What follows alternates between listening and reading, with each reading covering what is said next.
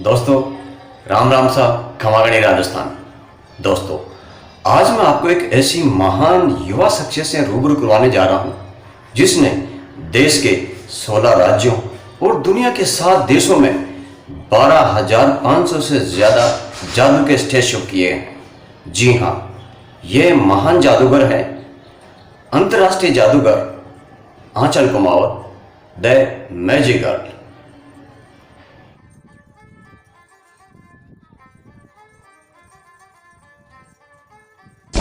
जहां विश्वास टूट जाते हैं, समझ हार जाती है और तर्क चूक जाते हैं, वहां से शुरू होता है मैजिक।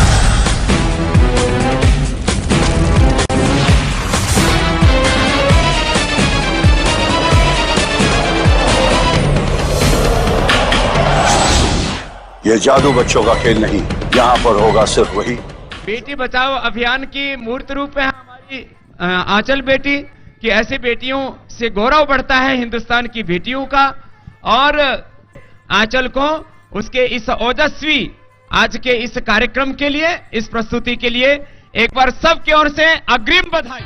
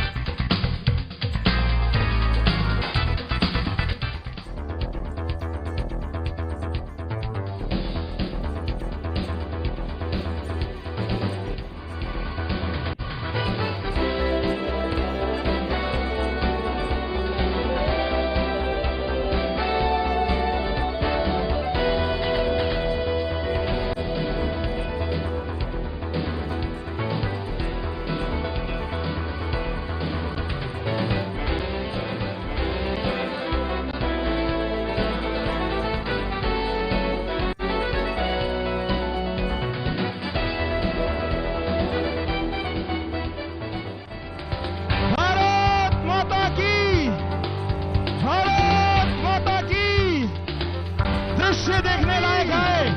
भारत माता की।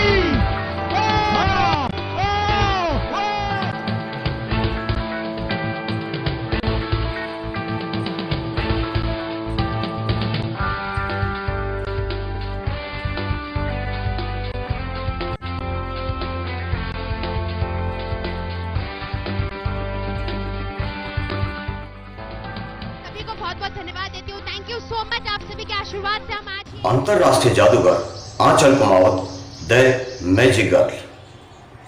मूल रूप से शेखावाटी के छोटे से गांव बाजोर, सीकर राजस्थान के रहने वाले, वर्तमान में उदयपुर राजस्थान के निवासी इंजीनियर युगल श्री गिरधारी जी कुमावत एवं श्रीमती तारा कुमावत जी के घर 22 फरवरी 1993 को आंचल कुमावत का जन्म हुआ। आंचल कुमावत के पिता ने अपनी बेटी में अंतर्निहित प्रतिभा को खोजा। 3 साल की छोटी सी उम्र में आंचल कुमावत ने जादू सीखना शुरू किया और 23 दिसंबर 1997 को पौने 5 साल की उम्र में अपना पहला मैजिक शो अपने विद्यालय के वार्षिकोत्सव में परफॉर्म किया।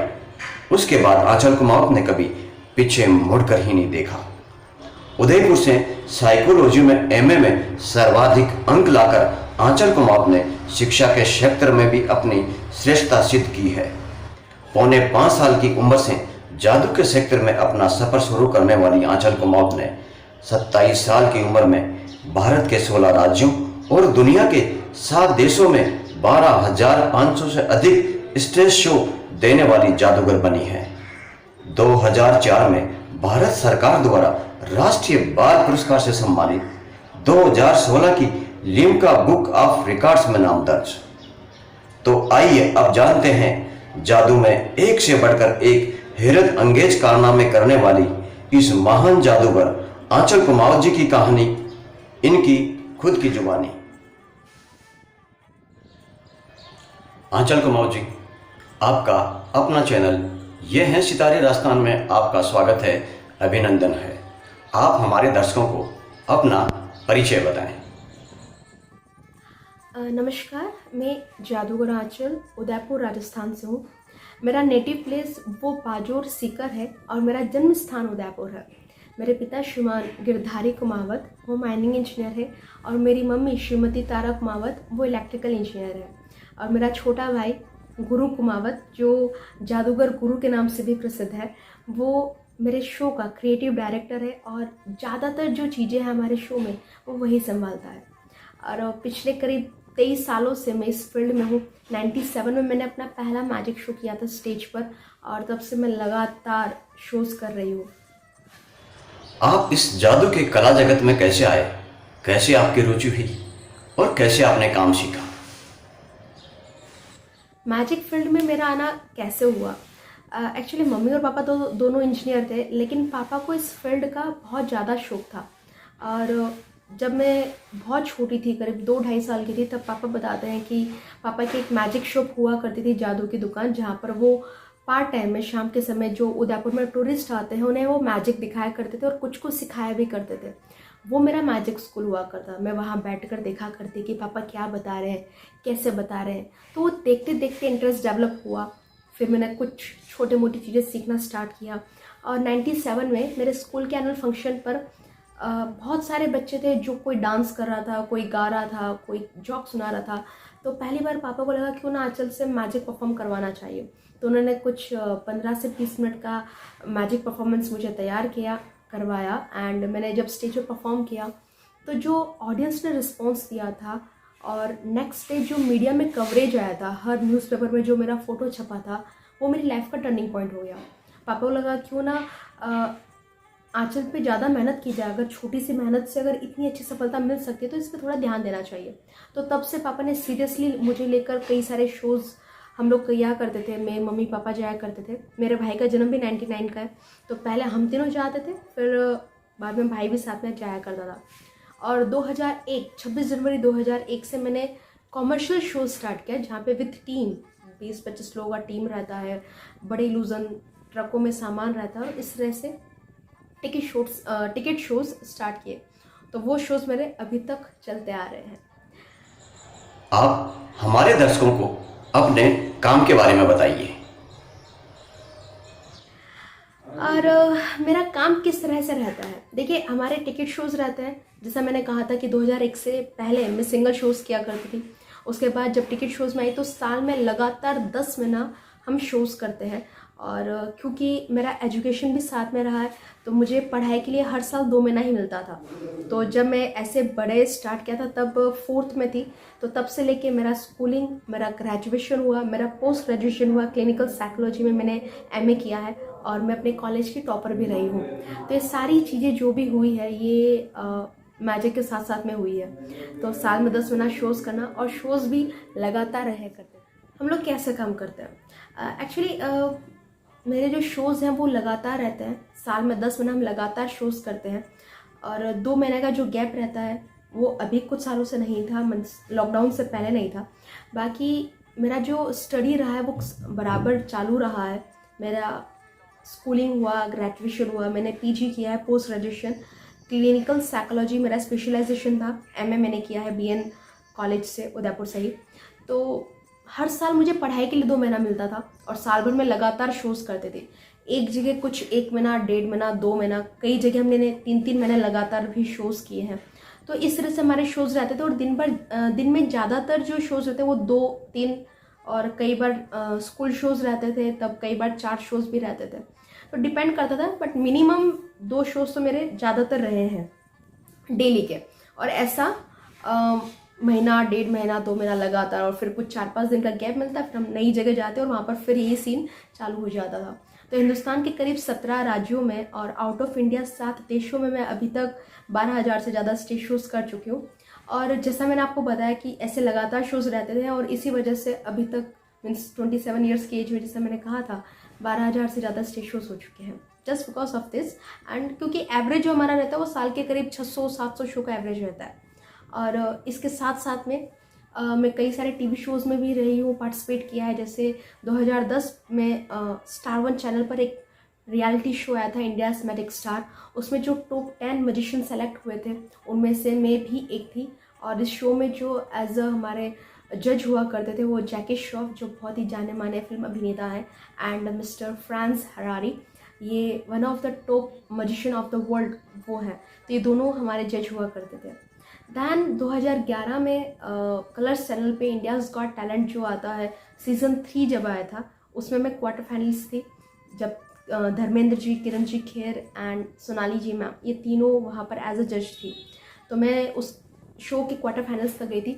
2012 में मैंने 2 टीवी रियलिटी शोज़ में एक ETV तेलुगु का था, इस शो का नाम था अधूर्स 2, एक ETV कन्नड़ का था जिसका नाम था सुपर 2।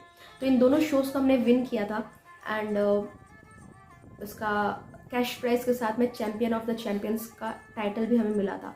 इसके साथ साथ में फिर 2014 में 2014 में हमने एक बड़ा मैजिक किया था फायर एस्केप, जिसमें मुझे 100 फीट लंबी चेन और 100 तालों से बांधा गया। उसके बाद एक लकड़ी के बॉक्स में मुझे बंद कर दिया, फिर उस बॉक्स को भी बाहर से लोहे की पत्तियों से वेल्ड कर दिया। उस सिचुएशन में उस बॉक्स को एक क्रेन से उठाकर एक सूखे घास के कुएं में डाला गया और उसमें आग लगा दी थी और मैं वो जलती हुई आग में से कुछ सेकंड्स में बाहर आई थी। तो ऐसा करने वाली मैं हिंदुस्तान की पहली फीमेल मजिशियन, पहली महिला जादूगर बनी हूँ और मेरे इसी मैजिक एक्ट को सन 2016 की लिम्का बुक ऑफ रिकॉर्ड्स में भी स्थान मिला है। तो ये भी साथ में रहा। उसके बाद कई सारे काम थे। मास्टरपीस 2017 एक शो हुआ था इंटरनेशनल लेवल का, जहाँ पे पूरी दुनिया के कई सारे टैलेंटेड लोगों ने वहाँ पे पार्टिसिपेट किया था एंड उस शो की भी मैं फाइनलिस्ट रही हूँ। एशियाज़ गॉट टैलेंट में भी मैंने पार्टिसिपेट किया है, जो इंटरनेशनल शो है। तो कई सारे शोज़ जो मेरे खुद के पर्सनल शोज़ के अलावा भी मैंने इन सारे शोज़ में पार्टिसिपेट किया और मैं बता ही चुकी हूँ किस तरह से काम करते हैं। आपके जीवन की ऐसी कोई यादगार घटना जो आप कभी नहीं भूल पाएंगे? सबसे यादगार लम्हा, वैसे तो बहुत सारे लम्हे यादगार हैं, लेकिन जब बड़े लोग आपकी तारीफ़ करते हैं तो वाकई बहुत अच्छा लगता है। तो एक बार जब जैकी श्रॉफ जी ने, जिन्हें हम प्यार से जग्गू दादा कहते थे, उस शो पर, तो उन्होंने मुझे बहुत प्यार से बोला था कि आंचल काश तेरी तरह पूरा हिंदुस्तान हो, हिंदुस्तान के सभी लोग तेरी तरह हो। तो वो जो शब्द थे उनके, वो बहुत दिल को छू गए थे। फिर धर्मेंद्र जी ने मेरे लिए गाना गाया था, जादूगर सैया पकड़ो तेरी भैया, बना दे जादूगर मुझको बैठा रहूँ तेरी छैया। तो ये जब उनके एज अ कॉम्प्लीमेंट में उन्होंने जब गाना गाया था, मुझे बहुत अच्छा लगा था। दैन फायर एस्केप एक्ट जो हमने किया था, जब मुझे 100 फीट चेन और 100 तालों से बांधा गया था, वो एक्चुअली इतना थ्रिल वाला था, इतना कह सकते हैं ना कि लोगों को डराने वाला था। और जब मैं वहाँ से आई थी तो एक वो हीरो वाली फीलिंग आ रही थी कि यार मैंने कुछ ऐसा किया जिसे करने के लिए लड़के भी मोस्टली थोड़ा सोचेंगे, यार क्या हुआ है, इतना इस लेवल पे हुआ था। तो वो बहुत अच्छा फीलिंग वाला था एंड डेफिनेटली बाबा रामदेव जी ने भी बहुत अच्छे कॉम्प्लीमेंट्स मुझे दिए थे वहाँ पर।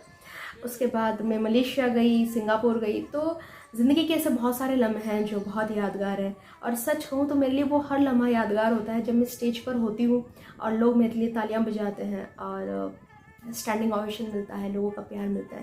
मेरे को वो सारे लम्हे याद हैं और सभी मेरे दिल के बहुत अजीज़ है। और रिसेंटली मैं अभी कच्छ से आई हूँ, तो कच्छ का मैं करीब 9 महीने मैंने एक ही ज़िले में परफॉर्म किया है। तो वहाँ के लोगों से जो मुझे प्यार मिला, भिलवाड़ा की जनता से, पंजाब की जनता से, मैंने जितने भी राज्यों में परफॉर्म किया है, पुणे से, तो इन सभी जगहों पे जो लोगों ने मुझे स्नेह दिया है वो मेरे लिए हमेशा यादगार रहता है। So I am so thankful to them. हमारे देश की युवा पीढ़ी के लिए आपका कोई संदेश?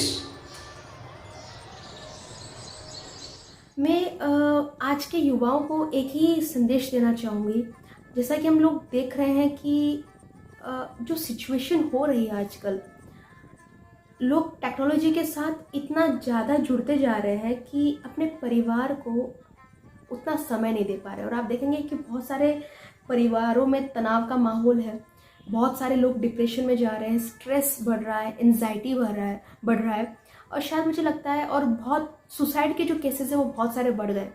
तो मुझे ऐसा लगता है कि कहीं ना कहीं इसके पीछे बहुत बड़ा कारण है कि कहने को हमारे पास हमारी पूरी दुनिया दोस्त है फेसबुक पे, इंस्टाग्राम पे, लेकिन ऐसा बहुत रेयर लोग मिलते हैं जहाँ पे हम हमारा दिल खोल के उनसे बात कर पाते हैं। तो प्लीज़ कुछ वक्त आप अपने साथ और अपने परिवार के साथ बिताइए। मुझे ऐसा लगता है कि अगर आप अपने परिवार के साथ थोड़ा समय बिताते हैं तो वो बहुत ज़्यादा ज़रूरी है आज के ज़माने में, और साथ ही आपकी ज़िंदगी बहुत कीमती है। तो अपनी ज़िंदगी का हर एक लम्हा, हर एक मोमेंट उसे आप जिए भी और साथ में उसका सदुपयोग करें, उसे व्यर्थ मत जाने दें। आप खेलिए, कूदिए, एंजॉय करिए, लेकिन इतना भी नहीं कि आप अपने मेन लक्ष्य से, जिस लक्ष्य के साथ आपको आगे बढ़ना चाहिए, उससे आप भटक जाए। तो ऐसा ना हो, तो उसके साथ आप आगे बढ़िए और अपने परिवार का, अपने मम्मी पापा का, हमारे देश का नाम रोशन करिए। बस यही शुभकामनाएं। Thank you. आंचल कुमार जी, आप हमारे चैनल पर पधारे, आपका बहुत बहुत धन्यवाद, बहुत बहुत शुक्रिया। दोस्तों, अगले एपिसोड में शीघ्र ही फिर लेकर आएंगे एक और नया राजस्थानी कलाकार। जब तक आप देखते रहिए आपका अपना चैनल, ये है सितारे राजस्थान के। जय हिंद, जय भारत, जय जय राजस्थान। दोस्तों, आपको अगर यह हमारा वीडियो पसंद आया हो तो हमारे चैनल को लाइक, शेयर एंड सब्सक्राइब जरूर कीजिए। और हाँ, बेल आइकन को दबाना मत भूलिए। जल्दी ही फिर मिलेंगे एक नए वीडियो के साथ। तब तक के लिए जय हिंद।